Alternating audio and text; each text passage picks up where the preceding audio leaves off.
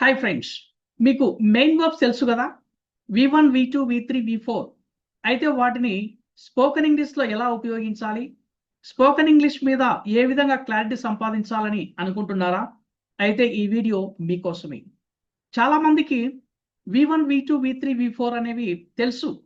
ప్రతి ఒక్కరికి కూడా 500 పదాలు ఈజీగా తెలుసు.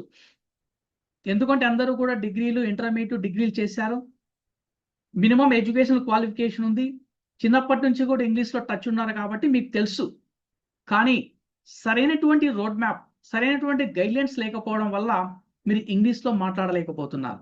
ఈరోజు వీడియోలో మనకు డే 5లో క్లాస్ 5లో మనము ఈ యొక్క వర్బ్స్ గురించి తెలుసుకోబోతున్నాం. అంటే వర్బ్స్ అంటే కామన్గా V1, V2, V3, V4 అని కాదు. వాటి యూసేజ్ ఏ విధంగా ఉపయోగించాలి, ఎలా ఉపయోగిస్తే మీరు ఎఫెక్టివ్గా మాట్లాడగలరు, తక్కువ సమయంలో వీటి యొక్క యూసేజ్ తెలుసుకొని అతి త్వరగా స్పోకెన్ ఇంగ్లీష్ని ఎలా ఇంప్రూవ్ చేసుకోవాలని అనుకుంటున్నారా? అయితే ఈ వీడియో వరకు ఎండ్ వరకు చూస్తే 100% క్లారిటీ వస్తుంది. 100% మీరు ఈజీగా మాట్లాడగలరు. Okay, let us proceed. Verb అని చెప్తూ ఉన్నాం. Yes, V1, V2, V3, V4 అంటూ ఉన్నాం. వర్బ్ అంటే జనరల్గా తెలుగులో ఏమని చెప్తున్నామంటే ఇంగ్లీష్లో యాక్షన్ అని చెప్తున్నాం. యాక్షన్ అంటే ఒక పని, అది ఏ పనైనా కావచ్చు, అది ఎప్పుడైనా కావచ్చు, గతంలో కావచ్చు, భవిష్యత్తులో కావచ్చు, ప్రస్తుతం కావచ్చు, ఎప్పుడైనా కావచ్చు.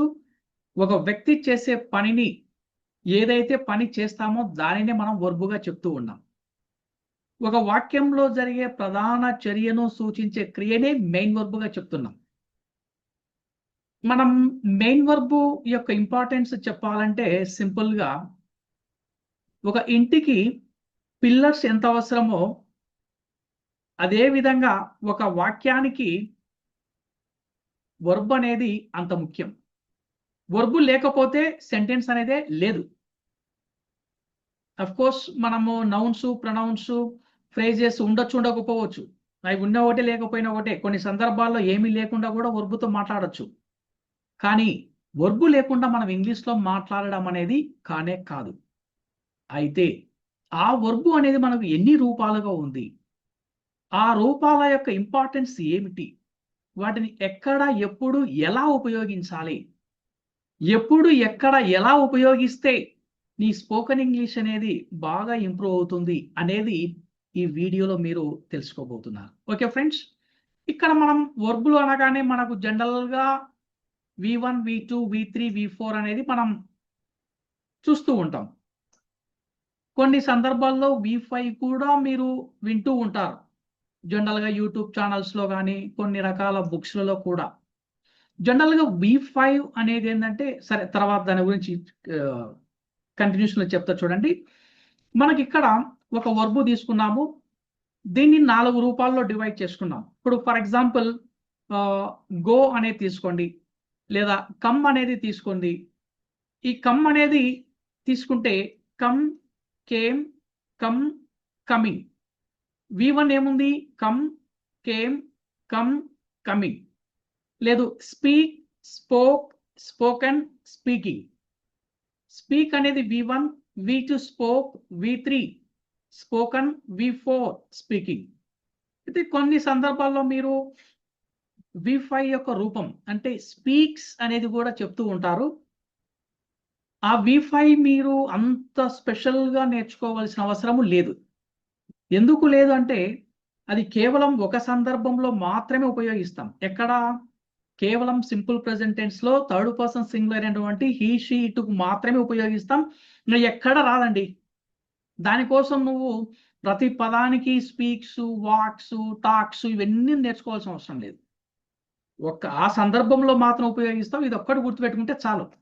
మళ్ళీ దానికోసం ప్రత్యేకమైన ఒక కాలం తీసుకొని దాన్ని రాసుకొని నువ్వు దాన్ని గుర్తించుకోవాల్సిన అవసరం లేదు. ఈ 4 నేర్చుకోండి, 100% మీకు ఫ్లూయెన్స్ అనేది ఇంప్రూవ్ అవుతుంది.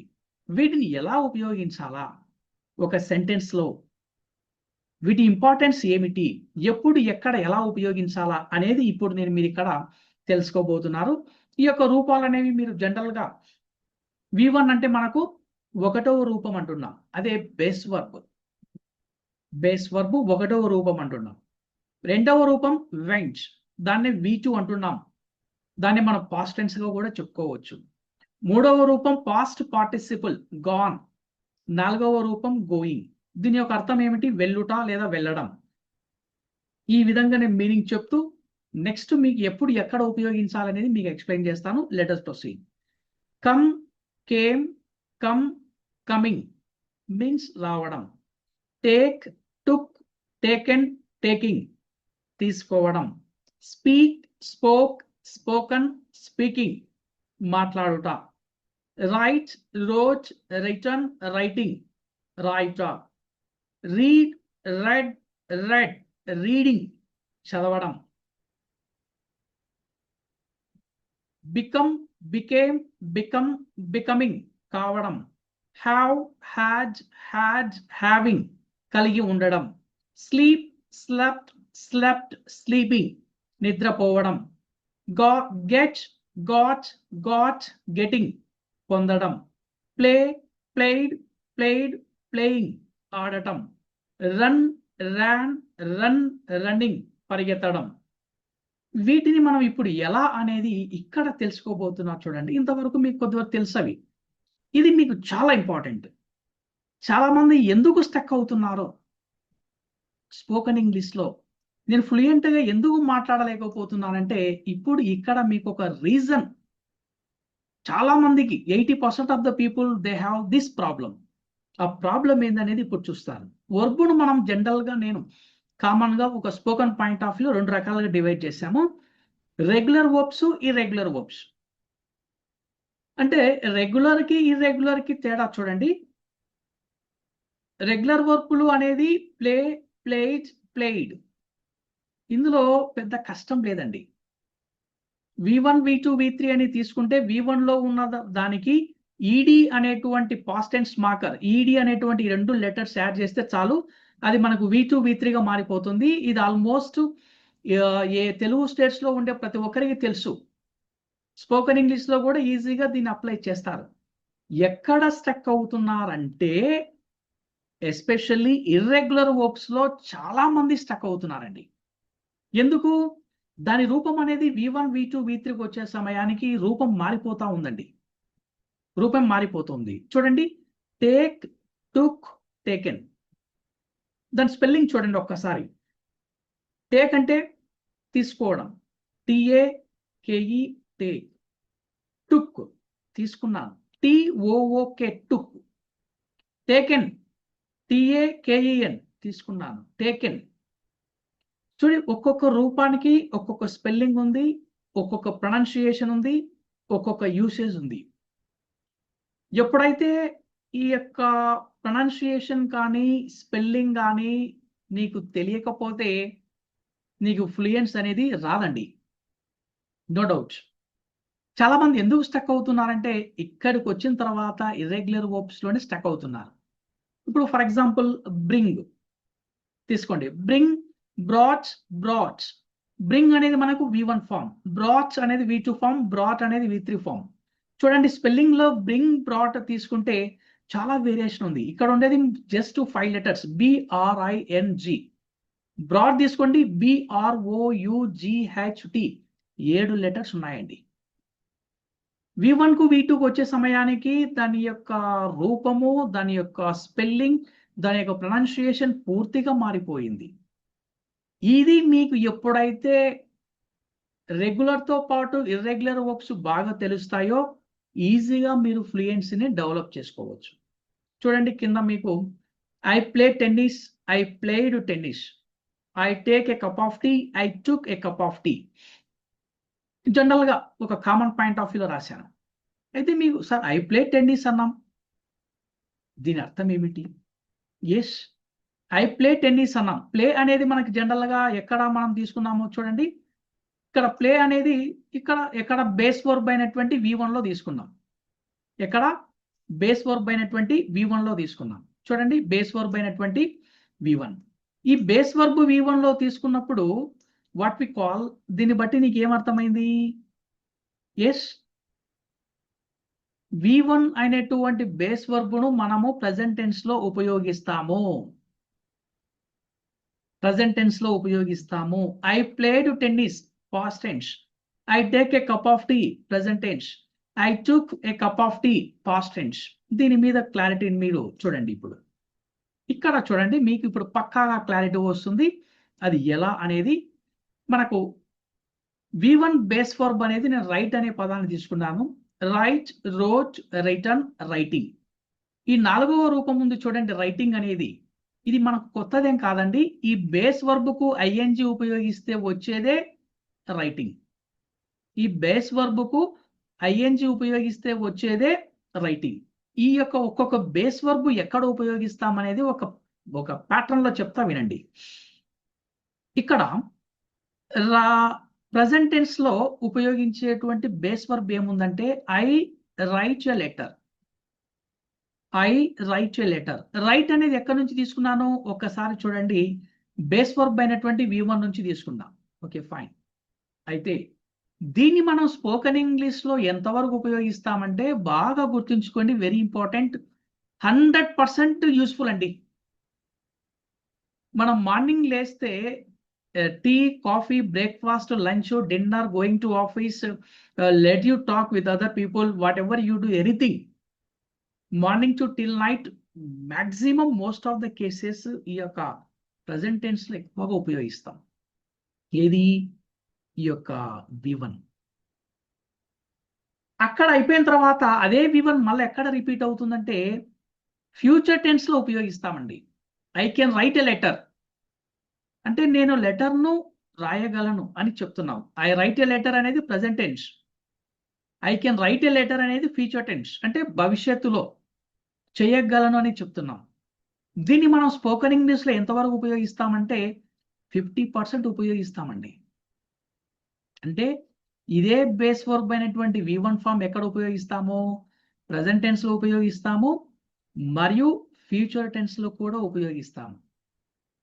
ఓకే, అదే విధంగా ఈ యొక్క బేస్ వర్బ్ ఎక్కడ ఉపయోగిస్తామంటే పాస్ట్ టెన్స్ అయినటువంటి I could write a letter. ఈ కుడ్ అనేది మనం ఎలా తీసుకున్నామంటే కెన్ యొక్క 2వ రూపమే could. Shall, should, will, would, can, could, may, might, must, had to. ఈ విధంగా మనం తీసుకున్నప్పుడు వాటి పక్కన V1 ఫామ్ అనేది వస్తుంది. I can write a letter, నేను లెటర్ రాయగలను. I could write a letter రాశాను. అంటే గతంలో కూడా V1 ఫామ్ అనేది ఎస్పెషల్లీ ఈ యొక్క షుడ్, వుడ్, కుడ్, మైట్ వీటిని ఉపయోగించినప్పుడు వీటి యొక్క V1 ఫామ్ అనేది ఉపయోగిస్తాం. కానీ స్పోకెన్ ఇంగ్లీష్ లో ఎంతవరకు ఉపయోగిస్తామంటే జస్ట్ బిలో 30% అండి. దీని ఇంపార్టెన్స్ అనేది కొద్ది తగ్గుతుంది. మీరు 100% గుర్తుంచుకోవాల్సింది ఫస్ట్ ప్రెజెంట్ టెన్స్, రెండవది ఫ్యూచర్ టెన్స్ అండి. ఈ రెండు మీరు ఎక్కడైనా ఉండొచ్చు, ఇంట్లో ఉండొచ్చు, ఆఫీస్లో ఉండవచ్చు, ఎక్కువగా ఉపయోగిస్తూ ఉంటాం వీటిని. తర్వాత మనము ఇప్పుడు V2 తీసుకున్నాం. ఇప్పుడు V1 అనేది మీకు తెలిసింది కదా, ఎక్కడెక్కడ ఉపయోగిస్తాం అనేది. V2 అంటే బాగా గుర్తుంచుకోండి, past tense. Rose past tense. Past tense అంటే మనము జనరల్గా ఎలా చెప్తున్నామంటే పాస్ట్ టెన్స్ అన్నప్పుడు ఏదైనా ఒక టైం ఇండికేట్ చేస్తామండి ఇది ఉపయోగించినప్పుడు. నిన్న కానీ, last night, yesterday, last night, last week, last month, last year. అంటే నాకు లాస్ట్ ఇయర్ పెళ్ళి అయింది, నాకు నిన్న రిజల్ట్స్ వచ్చాయి, నేను నిన్ననే హైదరాబాద్కి వెళ్ళాను. అంటే నిన్ననే వెళ్ళాను, నిన్ననే రిజల్ట్స్ వచ్చాయి, లాస్ట్ మంత్ పెళ్ళి అయింది, లాస్ట్ ఇయర్ పెళ్ళి అయింది అని మనం చెప్తూ ఉన్నప్పుడు అక్కడ ఉపయోగించేది కేవలం V2 form. V2 form that is చూడండి, రోజ్, WROTE, రోజ్. I wrote a letter yesterday. నేను నిన్న ఒక లెటర్ అనేది రాశాను ఎస్టర్డే. ఆల్రెడీ అయిపోయింది, మనకు దీంతో ఇప్పుడు అవసరం లేదండి. I can become a teacher అని ఇక్కడ అవసరం లేదు. ఇక్కడ జనరల్ గా చెప్పాలంటే మనకు ఐ బికేమ్ ఏ టీచర్ అనేది మనకు చెప్పవచ్చు పాస్ట్ టెన్స్ లో. ఈ సెంటెన్స్ మీకు అవసరం లేదు, ఈ ఫస్ట్ సెంటెన్స్ మీద ఫోకస్ చేయండి. ఐ రోట్ ఎ లెటర్ అంటే ఇక్కడ V2 ఫామ్ ఎక్కడ ఉపయోగిస్తాము? కేవలము గతించిన విషయాలలో ఎప్పుడైతే స్పెసిఫిక్ టైం ఉపయోగించి, అంటే నిన్న రాత్రి, నిన్న, మొన్న, లాస్ట్ మంత్, అంటే గత నెల, గత వారము, గత సంవత్సరం అని చెప్పినప్పుడు ఇది ఉపయోగిస్తాము. స్పోకెన్ ఇంగ్లీష్ లో 100% ఉపయోగిస్తామండి ఇది, ఈ V2 ఫామ్. ఎందుకంటే ప్రజెంట్ కు పాస్ట్ కు చాలా క్లోజ్ రిలేషన్ ఉందండి. ఎందుకు? పాస్ట్ లో చేసిన పని ప్రజెంట్ లో రిపీట్ అవుతుంది. పాస్ట్ లో చేసిన పని ప్రజెంట్ లో రిపీట్ అవుతుంది. ప్రజెంట్ లో చెప్పాలంటే పాస్ట్ గురించి చెప్పాలా, పాస్ట్ గురించి చెప్పాలంటే నువ్వు V2 ఫామ్ ఉపయోగించాలా, అంతే. ఇంకా చాలు, ఇదే ఓపెన్ సీక్రెట్. That's all. తర్వాత మనకు V3 ఫామ్ అనేది ఎలా ఉంది అనేది ఇప్పుడు చూద్దాం. V3 ఫామ్ ఏం తీసుకున్నాను? రిటర్న్. రిటర్న్ అనేది ఎక్కడెక్కడ ఉపయోగిస్తాము అనేది చూస్తే ప్రజెంట్ టెన్స్ లో ఉపయోగిస్తాం. అంటే I have written a letter, present tense లో ఉపయోగిస్తాము. ఇది వెరీ వెరీ ఇంపార్టెంట్, 100% యూజ్ అవుతుందండి ఇది ప్రజెంట్ టెన్స్ లో ఉపయోగించడం. లేదా she has return a letter. ఇక్కడ హ్యావ్ హ్యాజ్ ఎలా అనేది చూడండి. ఐ వి యూ దే అనేది హ్యావ్ అనేది ఫాలో అవుతుంది, హీ షీ ఇట్ అనేది హ్యాజ్ ఫాలో అవుతుంది. ఇది బండ గుర్తుగా నీకు 24/7 ఎప్పుడు తట్టి లేపినా కూడా నువ్వు చెప్పగలగాలి, అంతే. I have written a letter, she has return a letter. అయితే దీని ఇంపార్టెన్స్ 100% యూజ్ అవుతుంది, ప్రజెంట్ టెన్స్ లో ఉపయోగిస్తాం. లేదు ఇంకా కొద్దిగా ముందుకు వెళ్ళాలనుకుంటే voice, active voice, passive voice ఉన్నాయి కదా, అక్కడ కూడా మనం ప్రజెంట్ టెన్స్ లో ఉపయోగిస్తాం. అక్కడ కూడా మనం ప్రజెంట్ టెన్స్ లో ఉపయోగిస్తాం. బాగా గుర్తుంచుకోండి ఇక్కడ. అది ఎలా అనేది నెక్స్ట్ ఈ బేసిక్స్ తర్వాత నెక్స్ట్ అడ్వాన్స్ లో మీకు నేను చెప్పగలుగుతాను. ఓకే, నెక్స్ట్ ఎక్కడ ఉపయోగిస్తామంటే దీన్ని పాస్ట్ టెన్స్ లో ఉపయోగిస్తాం. పాస్ట్ టెన్స్ ఈ ప్రజెంట్ టెన్స్ లో ఉపయోగించేటువంటి ఇంపార్టెన్స్ ఎంత ఉందంటే 100% ఉపయోగిస్తామండి, 100% ఉపయోగిస్తాం. కానీ పాస్ట్ టెన్స్ లో ఎంతవరకు ఉపయోగిస్తామంటే just 20%. Just 20%. I had written a letter, I would have written a letter, I would have written a letter. అంటే స్పోకెన్ ఇంగ్లీష్ లో మనం వీటి యొక్క యూసేజ్ అనేది తక్కువగా ఉంది కాబట్టి మీరు ఇనిషియల్ స్టేజ్ లో దీని గురించి ఎక్కువగా ఆలోచించాల్సిన అవసరం లేదు. తర్వాత ఫ్యూచర్ టెన్స్ లో I will have return a letter, దీన్ని ఒక 30% వరకు ఉపయోగిస్తాం స్పోకెన్ ఇంగ్లీష్ లో. కాబట్టి ఇక్కడ మాక్సిమం ప్రయారిటీ ఏది ఉంది? ప్రజెంట్ టెన్స్ లో ఉంది, ప్రజెంట్ టెన్స్ లో ఉంది. ఓకే, ఇక్కడ మనకు V2 కూడా మీకు 100% అని చెప్పాను చూడండి. 100% అని ఏదైతే చెప్పానో మీకు కంప్లీట్ గా ఫోకస్ చేయండి, కంప్లీట్ గా ఫోకస్ చేయండి. తర్వాత మనం V4 అయినటువంటి verb plus inform, V4 verb plus inform, దాన్ని ఏమంటున్నాము? రైటింగ్ అని చెప్తున్నాం. ఈ రైటింగ్ అనేది ఎక్కడ ఉపయోగిస్తామంటే ప్రజెంట్ టెన్స్ లో ఉపయోగిస్తాము. 100% యూజ్ అవుతుంది, ఇది 100% యూజ్ అవుతుందండి. I am writing a letter, I have been writing a letter. ఈ రెండు ప్యాటర్న్స్ మీరు ఇంగ్లీష్ లో ఎప్పుడు మాట్లాడినా కూడా రిపీటెడ్ గా మనకు వస్తూనే ఉంటాయి, మనం మాట్లాడుతూ ఉంటాం 100% అండి ఇది. I am writing a letter అంటే కంటిన్యూస్ లో చేస్తూ ఉన్నాను. I have been writing a letter, నిన్నటి నుంచి బోధిస్తూ ఉన్నాను, లాస్ట్ మంత్ నుంచి బోధిస్తూ ఉన్నాను, లాస్ట్ ఇయర్ నుంచి ఇక్కడ నివసిస్తూ ఉన్నాను అని వీటిని ఎక్కువగా చెప్తూ ఉంటాం. తర్వాత ఫ్యూచర్ టెన్స్ అండి. ఫ్యూచర్ టెన్స్ లో ఎంతవరకు ఉపయోగిస్తాము? Just 30%. I will be writing a letter, I will be writing a letter. తర్వాత పాస్ట్ టెన్స్ 50% ఉపయోగిస్తాం. I was writing a letter, I had been writing a letter. I was writing a letter అనేది very very important, especially past tense లో. I had been writing a letter అనేది తక్కువగా ఉపయోగిస్తాం spoken English లో, కానీ I was writing a letter అనేది ఎక్కువగా ఉపయోగిస్తాం. అంటే ఇక్కడ ప్రయారిటీ తీసుకుంటే ప్రజెంట్ టెన్స్ 100% ఉంది, పాస్ట్ టెన్స్ 50% ఉంది, ఫ్యూచర్ అనేది 30% ఉంది. First focus on present and past, automatically you come to future tense. That is about I will be writing a letter. Okay, అంటే ప్రతి దానికి కూడా 100% ఏదింది, 50% ఏదింది అనేది ఒకసారి మీరు చూస్తే ఈజీగా మీరు దీన్ని అర్థం చేసుకోగలరు. చూడండి, ప్రజెంట్ టెన్స్ లో 100% ఉంది, ఇక్కడ బాగా ఫోకస్ చేయండి. తర్వాత 50% ఉంది, ఇక్కడ బాగా ఫోకస్ చేయండి. అంటే ఫస్ట్ ప్రయారిటీ ఇది, సెకండ్ ప్రయారిటీ ఇది. తర్వాత V3 తీసుకున్నారనుకోండి, first priority present tense, first priority present tense. Second priority ఎక్కడ ఇవ్వాలన్నప్పుడు ఫ్యూచర్ టెన్స్ కి ఇవ్వండి. ఇక్కడ ఇది తక్కువ, తర్వాత ఆలోచించొద్దు. తర్వాత V2 తీసుకుంటే 100% ఇంకా దీనికి ఇంక ఉండేది ఒకటే తీసుకున్నాను. 100% మీరు చూడాల్సిందే దీన్ని. V1 తీసుకున్నాం అనుకోండి, ప్రెసెంట్ టెన్స్, ఫ్యూచర్ టెన్స్ ఈ రెండు చాలా చాలా ఇంపార్టెంట్.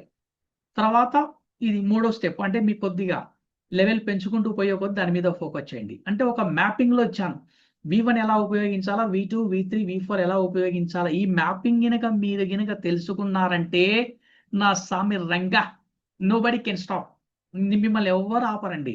అంతే. ఈ వర్బులతో పాటు మీకు హెల్పింగ్ వర్బ్స్, సహాయక క్రియలు అన్నా చూడండి, ఇక్కడ రాశాను చూడండి, can, could, may, might, am, is, are, was, were. ఇవి కనుక మీకు తెలిసాయి అనుకోండి, ఇంగ్లీష్ మీరు టెన్నిస్, మీ ఇష్టం క్రికెట్ ఆడొచ్చు, టెన్నిస్, వాలీబాల్ ఏదైనా ఆడొచ్చు. అంతే, వెరీ ఈజీ. ఇవి వర్బుల్ అండి.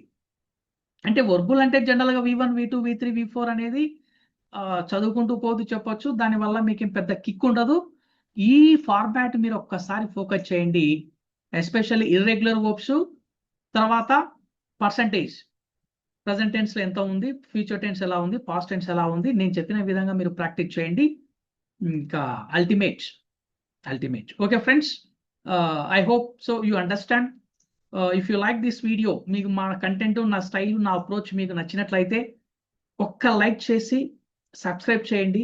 అదేవిధంగా 10 మందికి షేర్ చేయండి. వారికి కూడా మీరు ఏదో విధంగా హెల్ప్ చేసినట్టు అవుతుంది. అది నాకు మంచి మోటివేషన్, మంచి ఎనర్జీ ఇస్తుంది. కొత్త కొత్త ఐడియాస్తో, కొత్త కొత్త ఇన్నోవేటివ్ థింగ్స్తో నేను మీ ముందుకు రాగలను. Okay friends, let us see in the next video.